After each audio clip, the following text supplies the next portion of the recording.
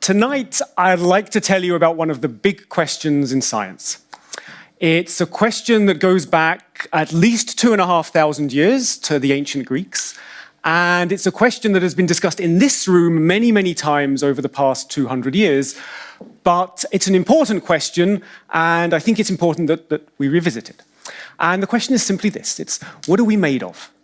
What are the fundamental building blocks of nature that you and me and everything else in the universe are constructed from?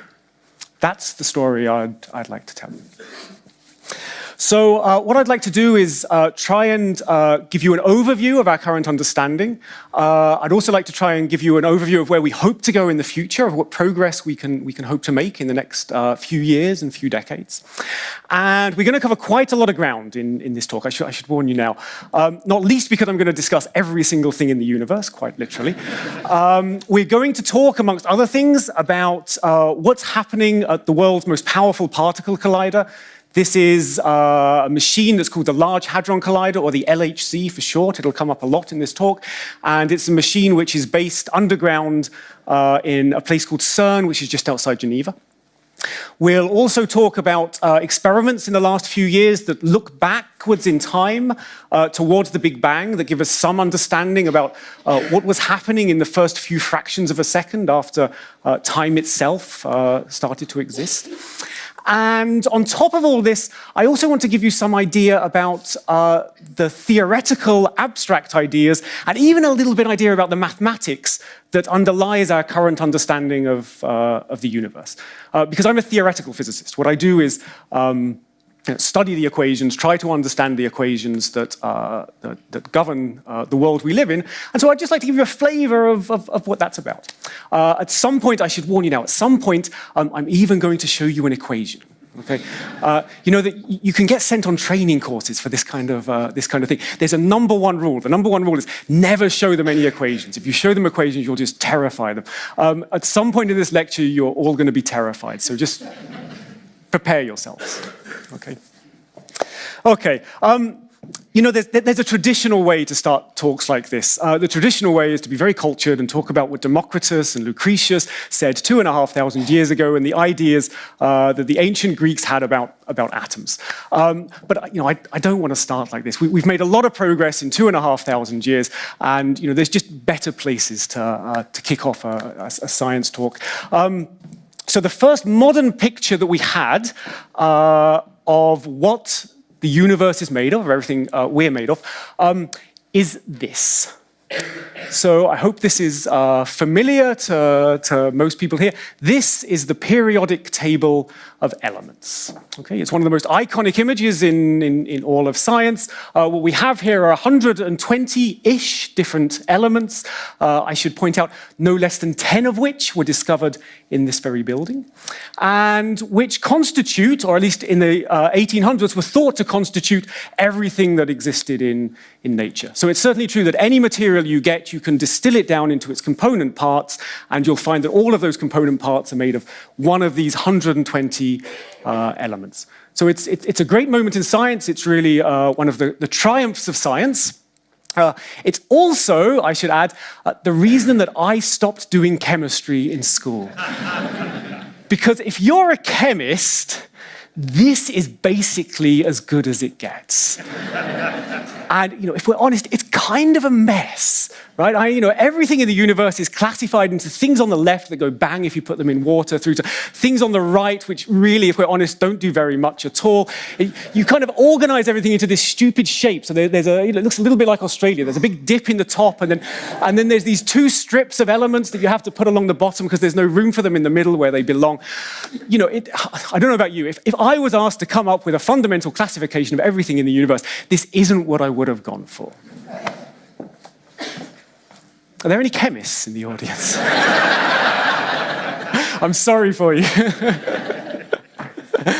Okay, but you know, I'm not alone in this. It's not just me that thinks this is a silly way to organize nature. Nature itself thinks this is a silly way to organize nature. Of course, we know this isn't the fundamental, this isn't the end of the story. This isn't the fundamental building blocks.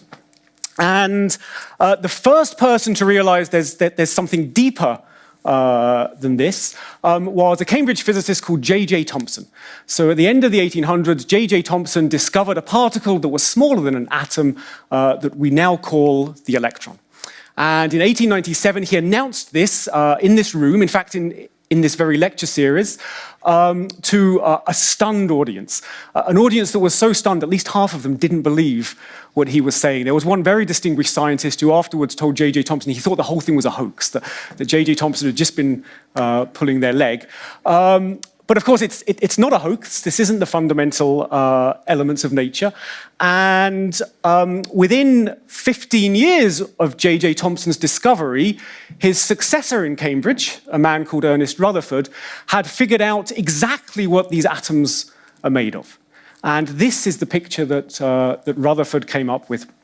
So we now know that each of these elements consists of a nucleus, which is tiny. The metaphor that Rutherford himself used was it's like a fly in the center of the cathedral. And then orbiting this nucleus in, I should add, fairly blurry orbits are the electrons, which sort of fill out very sparsely the rest of the space. So that's our picture of these atoms. Subsequently, we learned that the nucleus is not itself fundamental. The nucleus contains smaller particles. They're particles that we call protons and neutrons. And in the 1970s, we learned that the protons and neutrons aren't fundamental either. So in the 1970s, we learned that inside each proton and neutron are three smaller particles that we call quarks. There are two different kinds of quarks. By the 1970s, I'm guessing physicists didn't have a classical Greek education, and they'd kind of run out of, classy names. So we call these quarks the up quark and the down quark. Okay, for no good reason. It's not like the up quark is higher than the down quark. It's not like it points up. Just no good reason at all. The up quark and the down quark.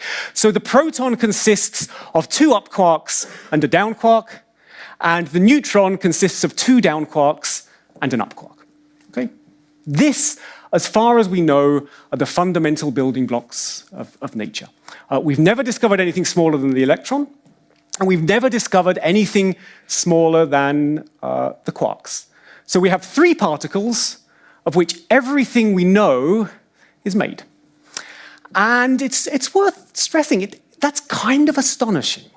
We sort of take it for granted. We learn this in school. We don't really think about it deeply. Everything we see in the world, all the diversity in the natural world, you, me, everything around us, just the same three particles with slightly different rearrangements repeated over and over and over again. Okay, it's an amazing lesson to draw about how the world is put together. So that's what we have. We have an electron and two quarks. And, these aren't the fundamental building blocks that the Greeks had thought about, and they're certainly not the fundamental building blocks that the Victorians had thought about. But, the spirit of the issue really hasn't changed.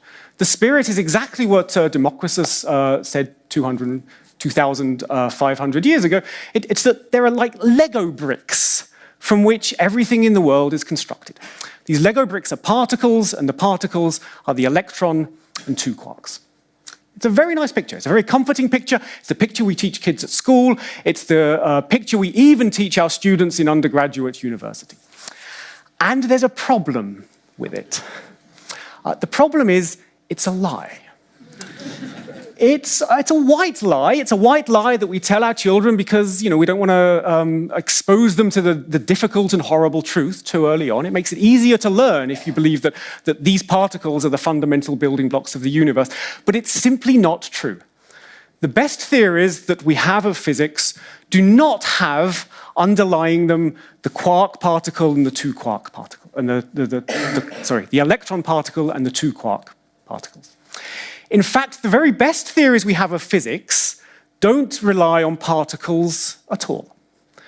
The best theories we have tell us that the fundamental building blocks of nature are not particles, but something much more nebulous and abstract. The fundamental building blocks of nature are fluid-like substances which are spread throughout the entire universe and ripple in strange and interesting ways. Okay? That's the fundamental reality in which we live. These fluid-like substances we have a name for. We call them fields. So this is a picture of a field. This isn't the kind of field that physicists have in mind. You know, this is what you think a field is if you're a farmer, or if you're a normal person. If you're a physicist, you have a very different picture in your mind when you think about fields. And I'll tell you the general definition of a field, and then we'll go through some examples so that you get familiar with this. The physicist's definition of a field is the following. It's something that, as I said, is spread everywhere throughout the universe. It's something that takes a particular value at every point in space, and what's more, that value can change in time. Okay, so the picture to have in your mind is a fluid which ripples and sways throughout the universe. Now, it's not a new idea. It's not an idea that we've just come up with. It's an idea which dates back almost 200 years, and like so many other things in science, it's an idea which originated in this very room. Because, as I'm sure many of you are aware, this is the home of Michael Faraday. And Michael Faraday initiated this lecture series in 1825.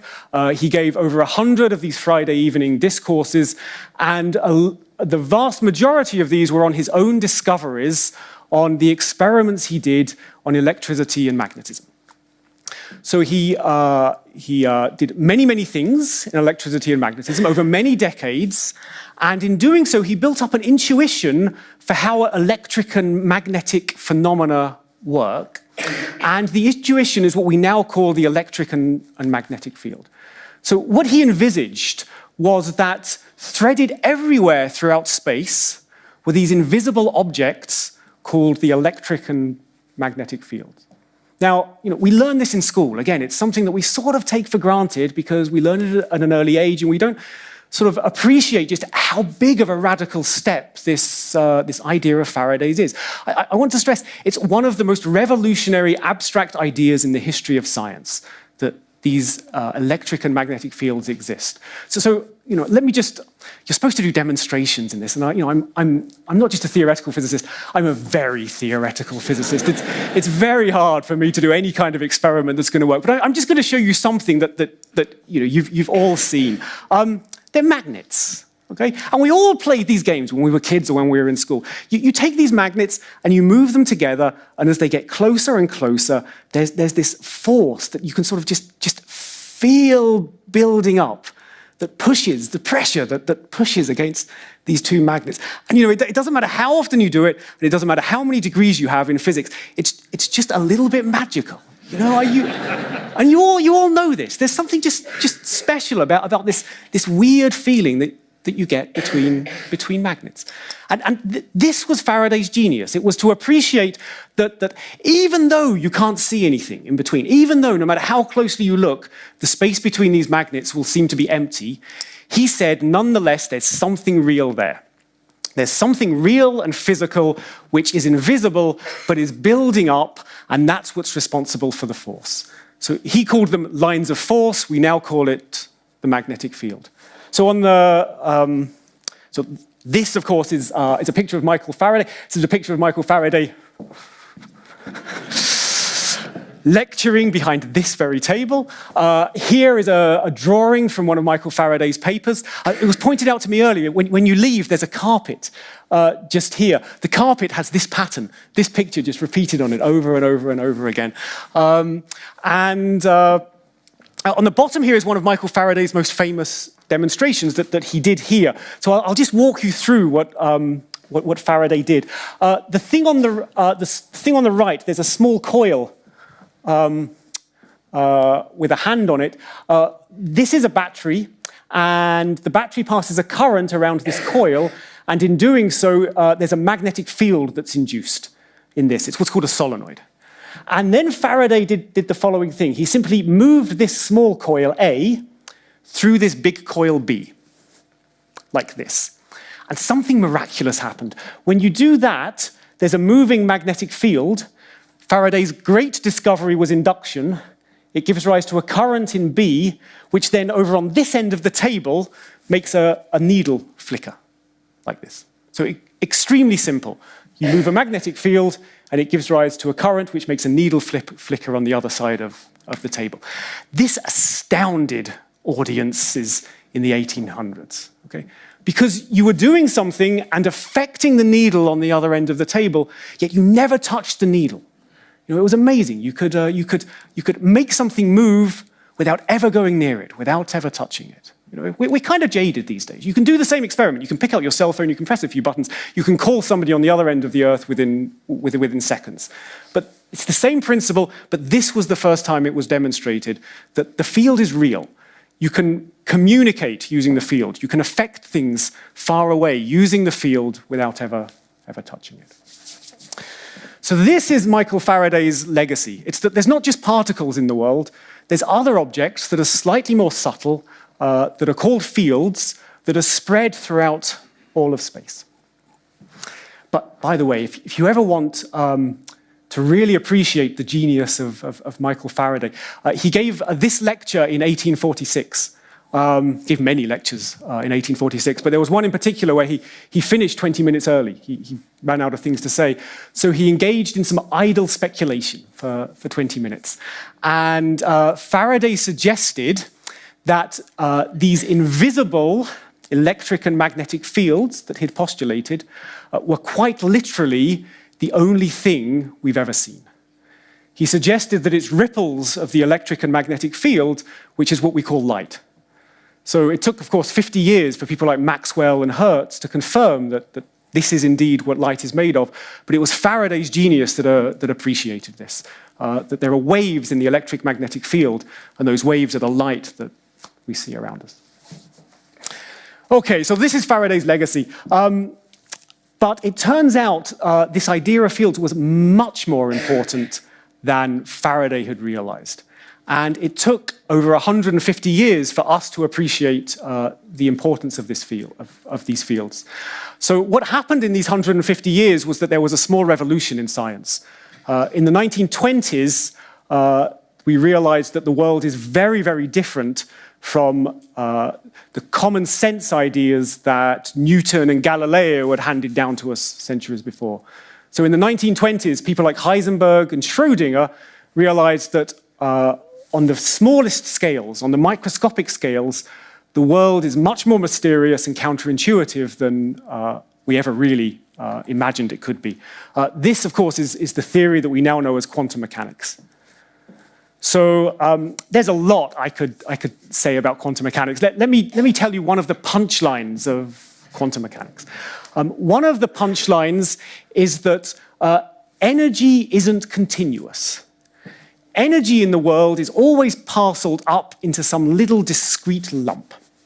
Okay, that's actually what the word quantum means. Quantum means discrete or lumpy.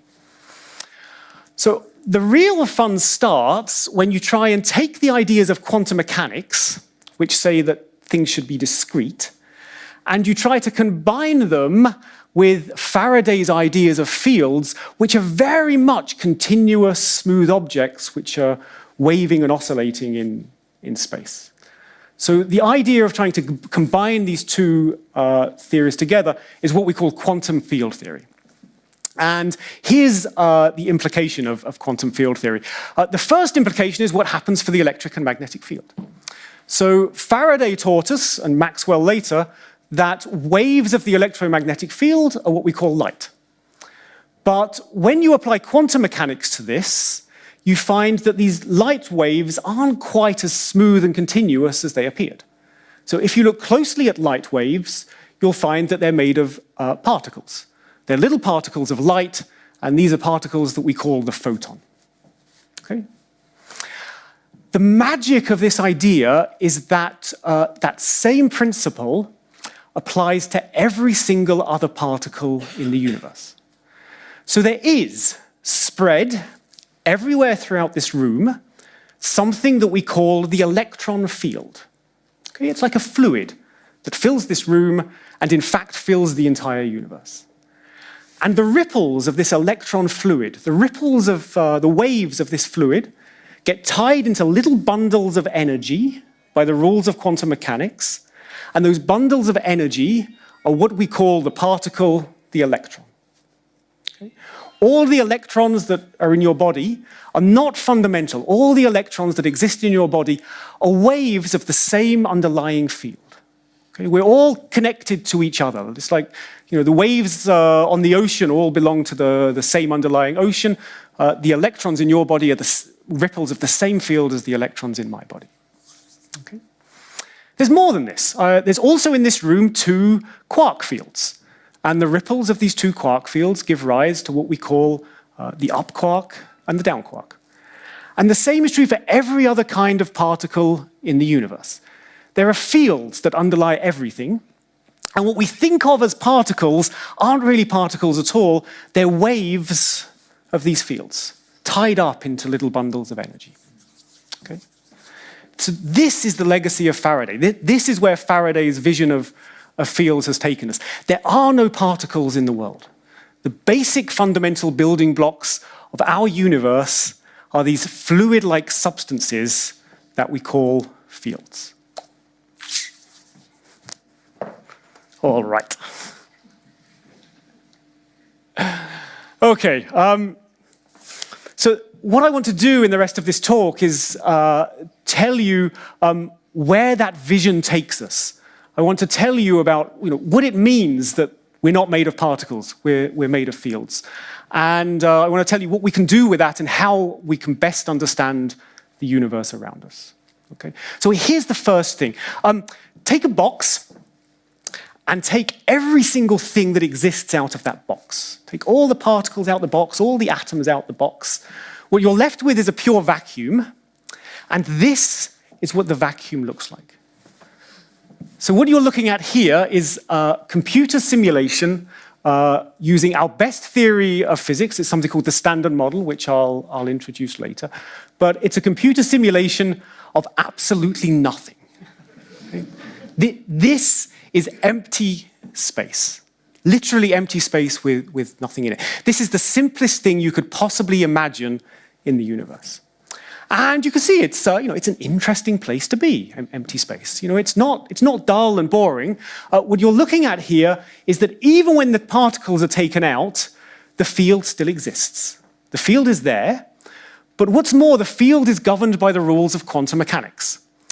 And there's a principle in quantum mechanics, which is called the Heisenberg uncertainty principle, which says you're not allowed to sit still. And the field has to obey this. So even when there's nothing else there, the field is constantly bubbling and fluctuating in what's, quite honestly, a very complicated way.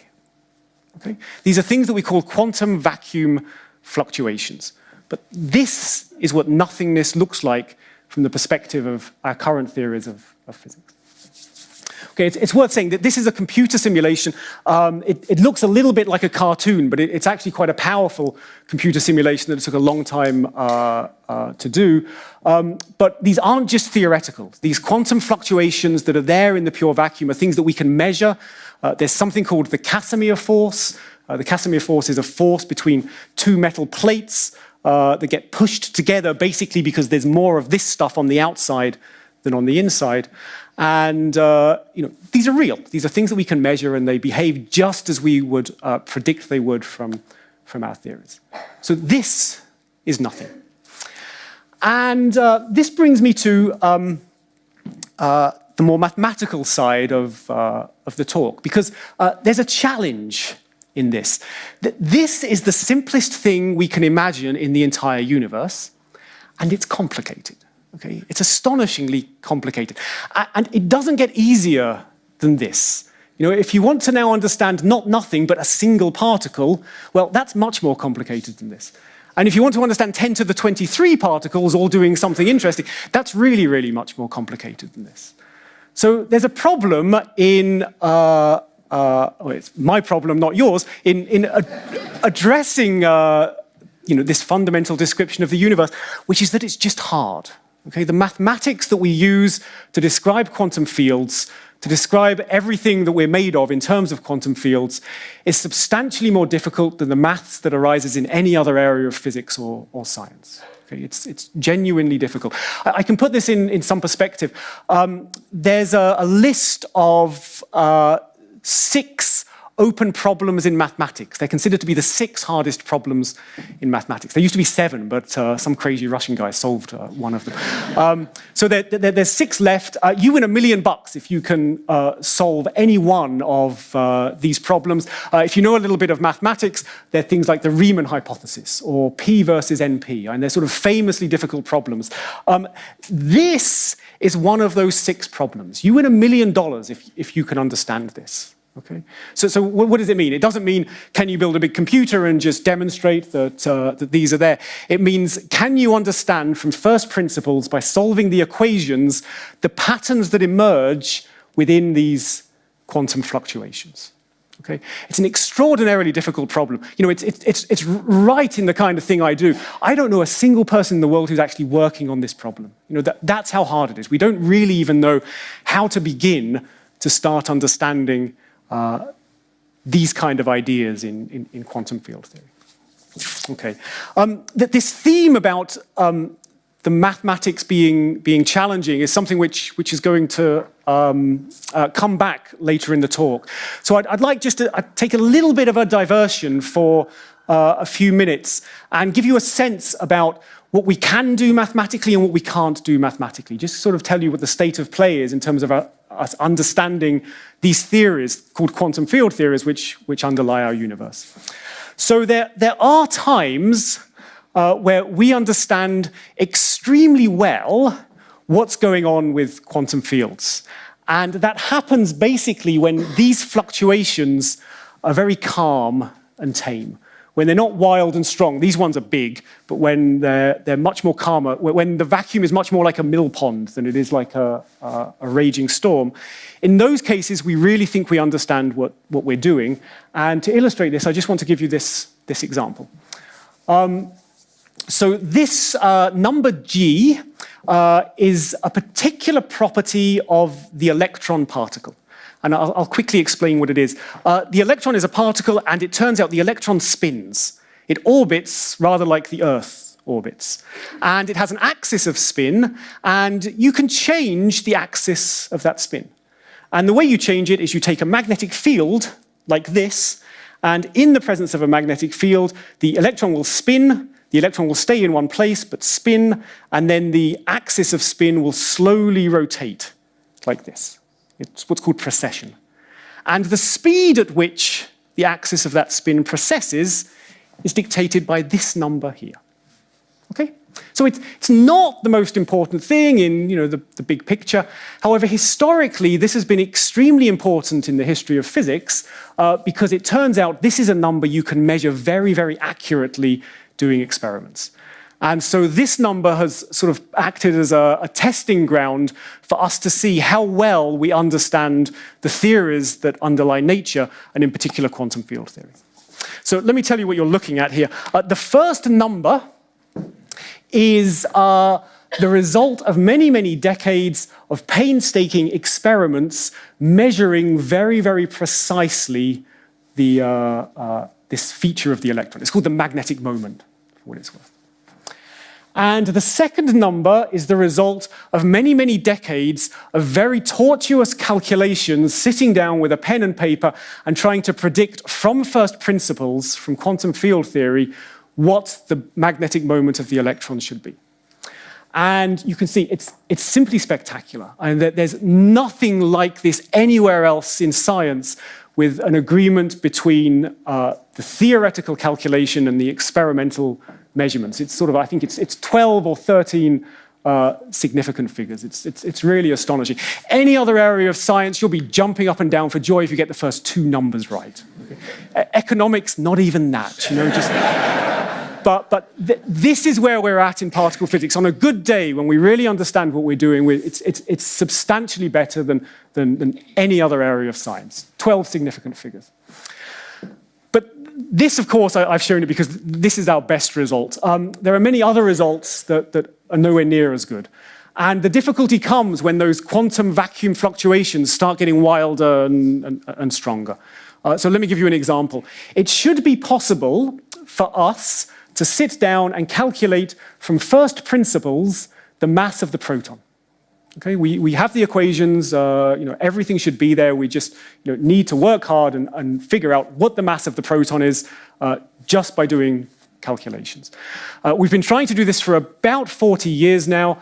We can get it to within an accuracy of something like 3%. Okay, which isn't bad. We're 3% there, but we should be much, much better. We should be sort of pushing these levels of accuracy. The reason is very simple. We've got the right equation. We're pretty sure we're solving the right equation. It's simply that we're not smart enough to solve it. Okay? 40 years, the world's most powerful computers, lots and lots of smart people, but just we haven't managed to figure this out yet. Okay, there are other situations that I won't tell you about where we don't even get off the ground. There are some situations where, for fairly subtle reasons, we're unable to use computers to help us, and we simply have no idea what we're doing. So it's a slightly strange situation. We have these theories of physics. They're the best theories we've ever developed, as you can see by this, but at the same time, they're also the theories that we understand the least. And to make progress, we sort of have this strange balancing act between increasing our theoretical understanding and figuring out how to apply that to the experiments that we're doing. And again, it's a theme I'll come back to at the end of this lecture. All right, so far I've been talking in a little bit of generality about what we're made of. And this is the punchline for the halfway point of the talk. You're all made of quantum fields. And I don't understand them.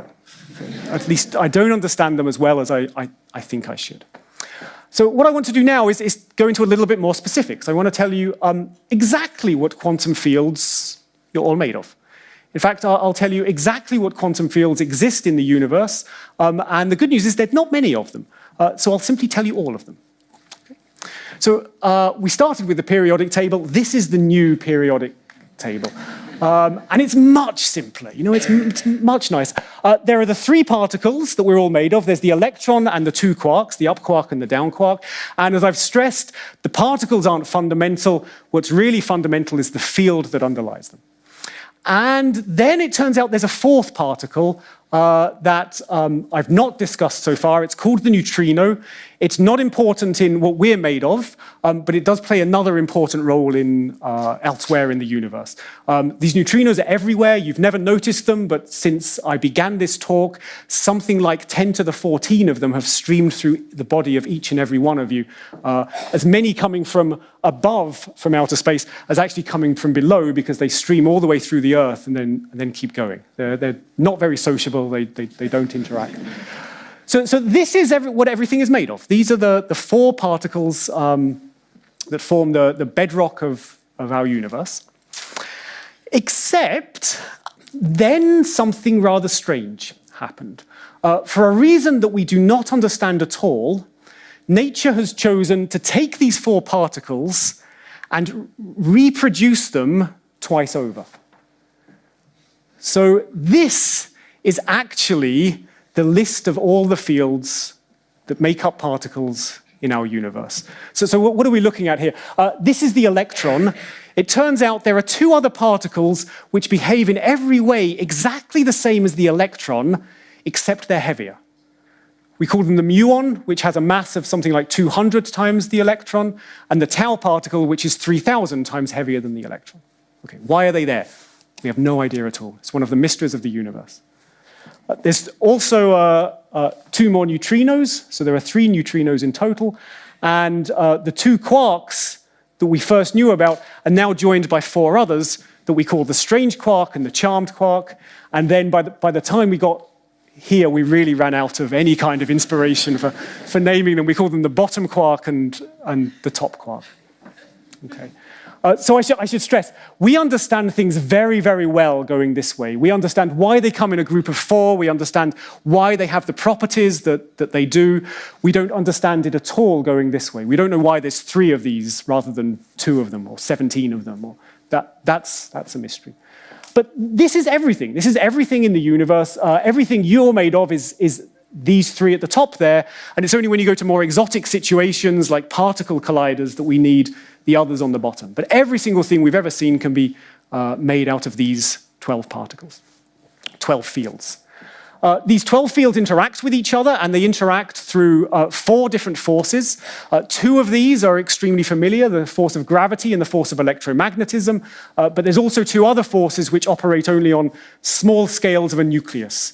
So there's something called the strong nuclear force, which holds the quarks together inside protons and neutrons, and there's something called the weak nuclear force, which is responsible for radioactive decay and, among other things, for making the sun shine. Okay. Again, each of these forces is associated to a field. So Faraday taught us about the electromagnetic field, but there's a field associated to this, which is called the gluon field, and a field associated to this, which is called the W and Z boson field. There's also a field associated to gravity. And this was really Einstein's great insight into the world. The field associated to gravity turns out to be space and time itself. So if you've never heard that before, that was the world's shortest introduction to general relativity. And I'm not going to say anything else about it. I'll just let you figure that one out for yourself. Okay, so this is the universe we live in. There are 12 fields that give matter. I'll call them matter fields, and 4 other fields that are the forces. And the world we live in is these combination of the 16 fields all interacting together in interesting ways. So this is what you should think of the universe as like. It's filled with these fields, fluid-like substances. 12 matter, 4 forces. One of the matter fields starts to oscillate and ripple. Say the electron field starts to wave up and down because there's electrons there. That will kick off one of the other fields. It'll kick off, say, the electromagnetic field, which in turn will also oscillate and ripple. There'll be light, which is emitted. So that'll oscillate and ripple. At some point, it'll start interacting with the quark field, which in turn will oscillate and ripple. And the picture we end up with is this harmonious dance between all these fields, interlocking each other, swaying, moving this way and that way. That's the picture that we have of the fundamental laws of physics. Okay. We have a theory which underlies all this. It is, to put it simply, the pinnacle of science. It's the greatest theory we've ever come up with. We've given it the most astonishingly rubbish name you've ever heard of. We call it the Standard Model. Okay?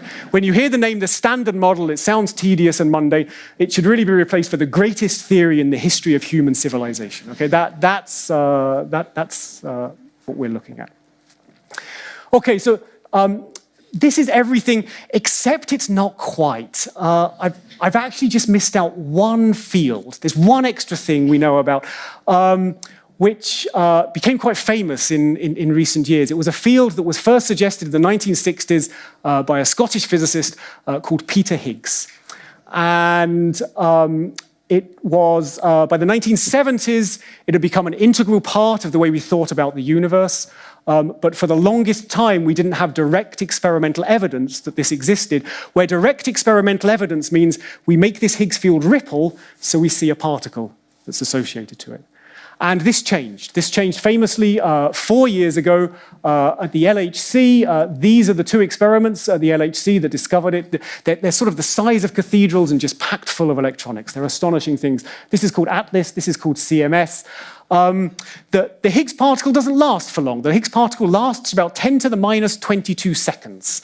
So it's not like, you see it and you get to take a picture of it and put it on Instagram. It's a little more subtle. So this is the data, and this little bump here is how we know that this Higgs particle existed. This is a picture of Peter Higgs being found. This was the final building block. It was important. It was a really big deal, and it was important for 2 reasons.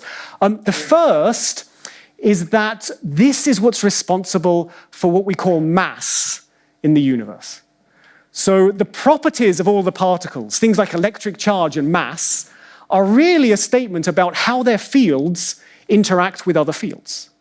So the property that we call electric charge of an electron is a statement about how the electron field interacts with the electromagnetic field. And the property of its mass is the statement about how it interacts with the Higgs field. So understanding this was really was needed so that we understand the meaning of mass in the universe. So it was a big deal. The other reason that it was a big deal is this was the final piece of our jigsaw. We had this theory that we called the Standard Model. We've had it since the 1970s. This was the final thing that we needed to discover to be sure that this theory is correct. And the astonishing thing is, this particle was predicted in the 1960s. 50 years we've been waiting. We finally created it in CERN. It behaves in exactly the way that we thought it would. Absolutely perfectly behaves as we predicted using these theories. Okay, this is going to be the scary part of the talk. I've been telling you about this theory, and I've been waving my hands, pretending that I'm a field. Let me tell you what the theory really is. Let me just show you what we do. This is the equation for the Standard Model of physics. I don't expect you to understand it, not least because there are parts of this equation that no one on the planet understands. But nonetheless, I want to show it to you for the following reason. This equation correctly predicts the result of every single experiment we've ever done in science. Everything is contained in this equation. This is really the pinnacle of the reductionist approach to science. It's all in here. So, I'll admit, it's not the simplest equation in the world, but it's not the most complicated either. You can put it on a T-shirt if you want to. In fact, if you go to CERN, you can buy a T-shirt with this equation on it. Let me just give you a sense of what we're looking at. The first term here was written down by Albert Einstein and describes gravity. What that means is that if you could solve this tiny little part of the equation, just this R, you can, for example, predict how fast an apple falls from a tree, or the fact that the orbits of the planet around the sun form ellipses. Or you can predict what happens when two enormous black holes collide into each other and form a new black hole, sending out gravitational waves across the universe. Or in fact, you can predict how the entire universe itself expands. All of this comes from solving this little part of the equation. The next term in the equation was written down by James Clerk Maxwell, and it tells you everything about electromagnetism. So all the experiments that Faraday spent a lifetime doing in this building, in fact, all the experiments over many centuries, from Coulomb to Faraday to Hertz to modern developments of lasers, everything in this tiny little part of the equation. So there's some power in these equations. This is the equation that governs the strong nuclear force, the weak nuclear force. This is an equation that was first written down by a British physicist called Paul Dirac. It describes the matter. Describes those 12 particles that make up the matter. Astonishingly, each of them obeys exactly the same equation. These are the equations of Peter Higgs, and this is an equation that tells you how the matter interacts with the Higgs particle. So everything is in here. It's really an astonishing achievement. This is our current limit of knowledge. We've never done an experiment that cannot be explained by this equation, and we've never found a way in which this equation stops working. So this is the best thing that we currently have. Okay, it's the best thing that we currently have. However, we want to do better. Because we know for sure that there's stuff out there that is not explained by this. And the reason we know is that although this explains every single experiment we've ever done here on Earth, if we look out into the sky, there's extra stuff which is still a mystery. So if we look out into space, there are, for example, invisible particles out there. In fact, there's many more invisible particles than there are visible particles. We call them dark matter. We can't see them, obviously, because they're invisible. But we can see their effects. We can see their effects on the way galaxies rotate or the way they bend light around galaxies. They're out there. We don't know what they are. There's even more mysterious things. There's something called dark energy, which is spread throughout all of space. It's also some kind of field, although not one we understand, that's causing everything in the universe to repel everything else. Other things. We know that early in the first few seconds, earlier than that, the first few fractions of a second after the Big Bang, the universe underwent a very rapid phase of expansion that we call inflation. We know it happened, but it's not explained by that equation that I just showed you. So these are the kind of things that we're going to have to understand if we're going to move forward and decide what the next laws of physics are that go beyond the standard model. I could tell you, I could spend hours talking about any of these. I'm going to focus just on the last one. I'm going to tell you a little bit about inflation. The universe is 13.8 billion years old. And we understand fairly well, we don't understand at all how it started. We don't understand what kicked it all off at time t equals 0, but we understand fairly well what happened after it started. And we know in particular that for the first 380,000 years of the universe, it was filled with a fireball. And we know this for sure because we've seen the fireball. In fact, we've seen it and we've taken a photograph of it. This is called the cosmic microwave background radiation, but a much better name for it is the fireball that filled the universe when it was much younger. Okay? The fireball cooled down. Its light has been streaming through the universe for 13.8 billion years, but we can see it, we can take this photograph of it, and we can sort of understand very well what was happening in these first few moments of the universe. And you can see it looks literally like a fireball. There's red bits that are hotter, there's blue bits that are colder, and by studying this flickering that you can see in this picture, we get a lot of information about what was going on back 13.8 billion years ago when the universe was a baby. One of the main questions we want to ask is what caused the flickering in the fireball? And we have an answer to this. We have an answer which I think is one of the most astonishing things in all of science. It turns out that although the fireball lasted for 380,000 years, whatever caused this flickering could not have taken place during the vast majority of that time. Whatever caused the flickering in this fireball actually took place in the first few very fractions of a second after the Big Bang. And what it was the following. So when the universe was very, very young, there was this, when the universe was very, very young, soon after the Big Bang, there were no particles, but there were quantum fields, because the quantum fields were everywhere. And there were these quantum vacuum fluctuations.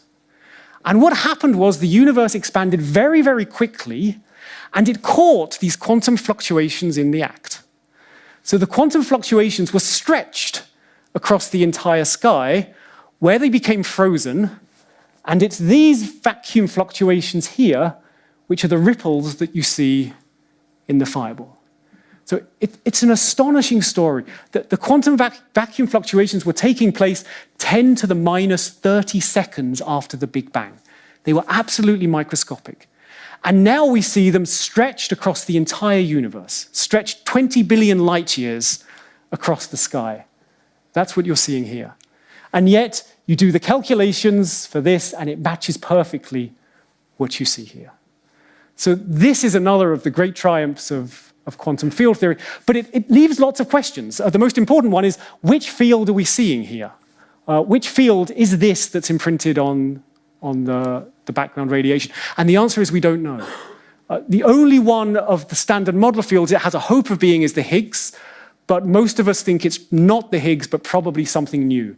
But what we'd like to do moving forward into the future is get a much better picture of this fireball. In particular, get the polarization of the light. And by getting a picture of this, we can understand much better the properties of this field that was fluctuating in the early universe. Okay, this, looking forward, is one of the best hopes that we have for going beyond the standard model and understanding new physics. In the last 10 minutes, though, I'd like to bring you back down to Earth. Sort of. We've got lots of experiments here on Earth where we're also trying to do better, where we're also trying to go beyond the standard model of physics, beyond that equation, to understand what's new. And there's many of them, but the most prominent is the one I've already mentioned. It's the LHC. So what happened was the LHC discovered the Higgs boson in 2012, And soon afterwards, it closed down for 2 years. It had an upgrade. And last year, in 2015, the LHC turned on again with twice the energy that it had when it discovered the Higgs. And the goal was twofold. The goal was, firstly, to understand the Higgs better, which it's done fantastically. And secondly, to discover new physics that lies beyond the Higgs, new physics beyond the Standard Model. So before I tell you what it's seen, let me tell you some of the ideas we had, some of our expectations and hopes for what would happen moving forward. So this is our favorite equation again. The idea has always been the following. If you're a Victorian scientist and you go back and you look at the periodic table of elements, then it's true that there's patterns in there that give a hint of the structure that lies underneath. Okay, there's numbers that repeat themselves, where if you're very smart, you might start to realize that, yes, there is something deeper than just these elements. So our hope as theorists is to look at this equation and see if maybe we can just find patterns in this equation that suggest there might be something deeper that lies underneath. And they're there. So let me give you an example. This is the equation that describes the force of electricity and magnetism. And it's almost the same as the equations which describe the forces for the strong force and the weak nuclear force. Okay? In fact, you can see I've just changed letters. Okay? It's a little more complicated than that, but it's not much more complicated than that. The three forces really look similar. So you might wonder, well, maybe there's not three forces in the universe. Maybe those three forces are actually just one force, and when we think there's three forces, it's because we're looking at that one force just from slightly different perspectives. Maybe. Here's something else which is amazing. These are the equations for the 12 matter fields in the universe, the neutrinos, the electrons, and the quarks. Each of them obeys exactly the same equation. Each of them obeys the Dirac equation. So again, you might wonder that, well, maybe there aren't 12 different fields. Maybe they're all the same field and the same particle. And the fact they look different is, again, maybe just because we're looking at them from slightly different perspectives. Maybe. So these ideas that I've been suggesting go by the name of unification. The idea that the three forces are actually combined into one is what's called grand unification. And it's very easy. It's very easy to write down a mathematical theory in which all of these are just one force, which appears to be three from our perspective. Okay? There are other possibilities here. You might say, well, this is the matter, and these are the forces, and the equations are different, but they're not that different, because ultimately they're both just fields. So you might wonder if maybe there's some way in which the matter and the forces are related to each other. Well, we have a theory for that as well. It's a theory that's called supersymmetry. And it's a beautiful theory. It's very deep conceptually, and it sort of smells like it might be right. Finally, you might be really, really bold. You might say, well, can I just combine the lot? Can I just get rid of all of these terms and just write down one single term from which everything else emerges? Gravity, the forces, the particles, the Higgs, everything. Well, I've got something for you if you want that as well. It's called string theory. So we have a possibility for a theory which contains all of this in one simple concept. And the question going forward, of course, is are these right? It's very easy for us theorists to have these ideas. And I should say, these ideas are what's driven theoretical physics for 30 years, but we want to know, are they right? And we've got a way of telling they're right. We do experiments. So I should say, if you want to know if string theory is right, we don't have any way to test it at the moment. But if you want to know if some of these other ideas are right, then that's what the LHC should be doing. The reason that we built the LHC was firstly to find the Higgs, okay, it worked, and secondly to test these kind of ideas that we've been having to see what lies beyond. So the LHC has been running, it's been running for 2 years, it's been running like an absolute dream. It's a perfect machine. 2 years, this is what it's seen. Absolutely nothing. Okay? All of these fantastic, beautiful ideas that we've had, none of them are showing up at all. And the question going forward is, what are we going to do about it? How are we going to make progress in understanding the next layer of physics when the LHC isn't seeing anything and our ideas just don't appear to be the way that nature works? Okay. I should tell you up front, I don't have a good answer to this. I should say, my impression is that most of my community is a little bit shell-shocked by what happened. There's certainly no consensus in the community to move forward, but I think there's 3 responses that sort of various people have had that I'd like to share with you. And I think all 3 of these responses are reasonable up to a point. The first response to the LHC not seeing anything is the following.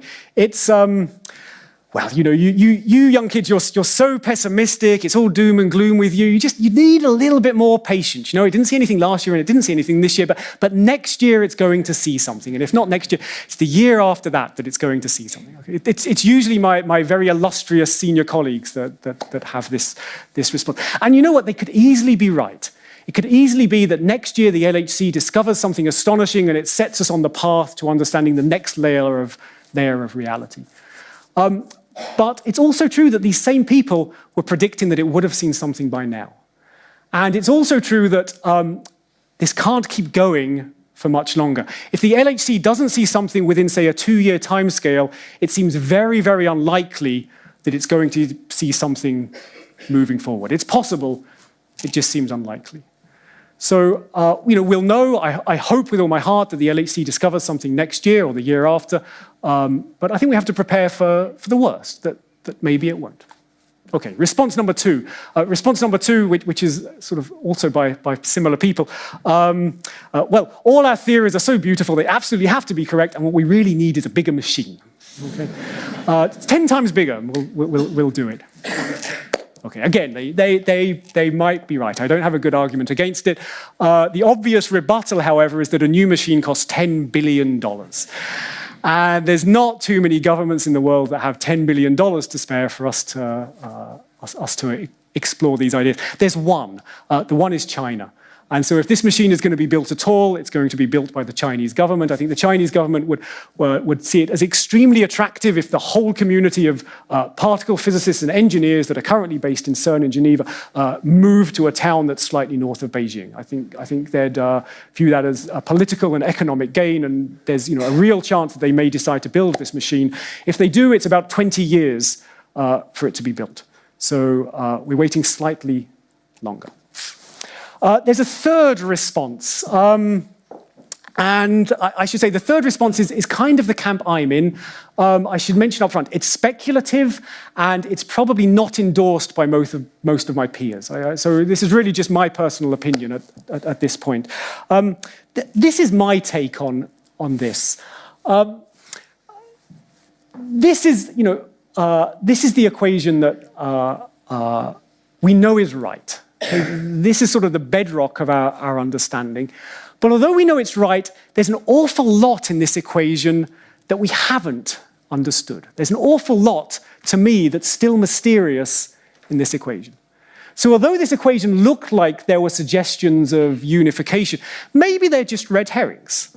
And maybe if we just work harder and trying to understand this equation more, we'll find that there are other patterns that emerge.